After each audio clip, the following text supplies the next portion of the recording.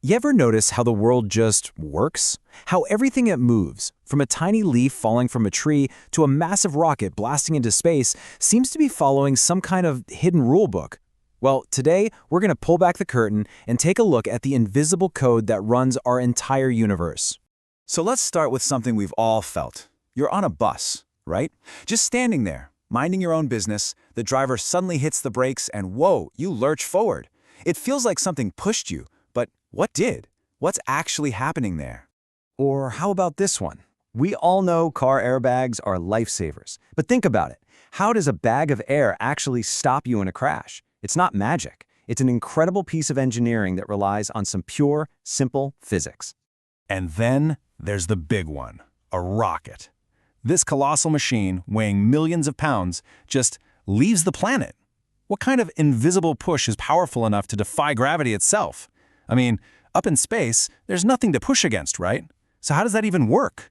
Well, the answer key to all these mysteries, the bus, the airbag, the rocket, it all comes down to three incredibly powerful, yet surprisingly simple rules. And they were all figured out by one guy more than 300 years ago.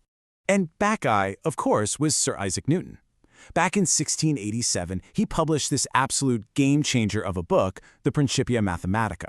And in it, he laid out 3 laws of motion that completely changed the way we understand how things move, period. So think of these 3 laws as the fundamental source code for our moving universe. Once you get them, you'll start seeing them everywhere, in every little thing. So let's break them down, one by one. Okay, law number 1 is all about a concept called inertia. And all inertia really is an object's stubbornness. It's just its natural resistance to any change in whatever it's already doing. So here's the official wording. What this really means is if something's just sitting there, it's going to keep sitting there. And if something's moving, it's going to keep moving in a straight line at the same speed, forever, unless some outside force, like a push or friction, gets involved and messes things up. So, the easiest way to remember this, just think objects are lazy. They just want to keep doing whatever they're already doing. That's it. That's the heart of the first law. A soccer ball in the grass stays put, and a satellite coasting through deep space just keeps on coasting. Now, the second law answers the next logical question. Okay, so what happens when a force does show up? Well, it tells us that the force makes the object accelerate, which just means it speeds up, slows down, or changes direction.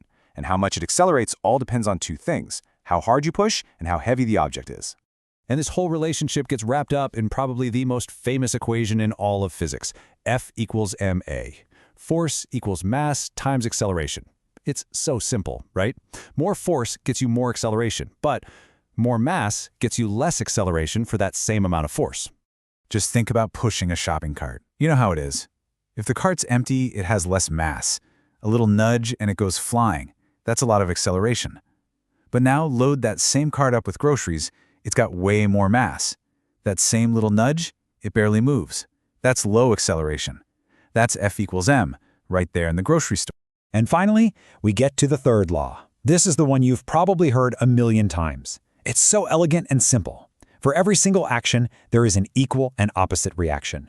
Forces are never lonely. They always show up in pairs. But here is the secret ingredient, the part a lot of people miss.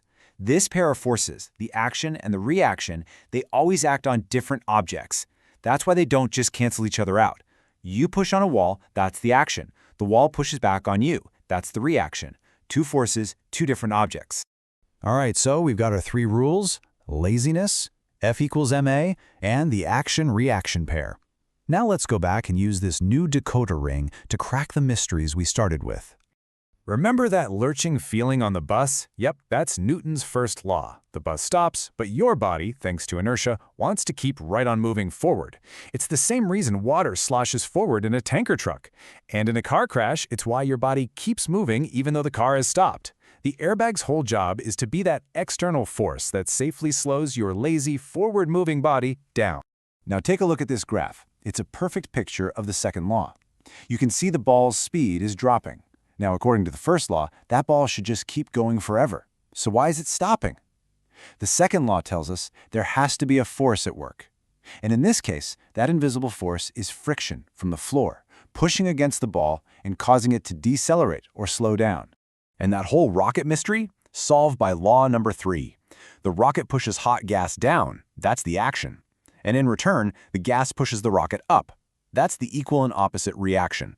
It's the same exact idea that lets a bird fly. It pushes air down, the air pushes it up. It's how you walk. You push the ground backward, the ground pushes you forward. It even explains why a sprinkler spins. But here's where things get really mind-blowing. The power of these laws doesn't just stop here on Earth. Their reach is truly cosmic. See, Newton wasn't done. He also gave us the law of universal gravitation. It basically says that anything with mass pulls on everything else with mass. This constant universal pull is what we feel as gravity. And when you put his laws of motion together with his law of gravity, well, that's when the magic happens. You can suddenly explain and predict almost everything. The very same rules that describe why an apple falls from a tree are the exact same rules that dictate the orbit of the moon around the Earth and the Earth around the sun. It's incredible. So we've cracked the code. And once you see it, you can't unsee it. You basically have a new physics lens to see the world through. Because at the end of the day, these laws aren't just for scientists in a lab. They're not just lines in a textbook. They are the invisible operating system running in the background of your everyday world. So my question to you is this. As you go about the rest of your day, now that you know the rules of the game, what hidden forces are you going to see at play? What actions and reactions will you spot that you never even noticed before? The world is just full of physics, waiting for you to see it.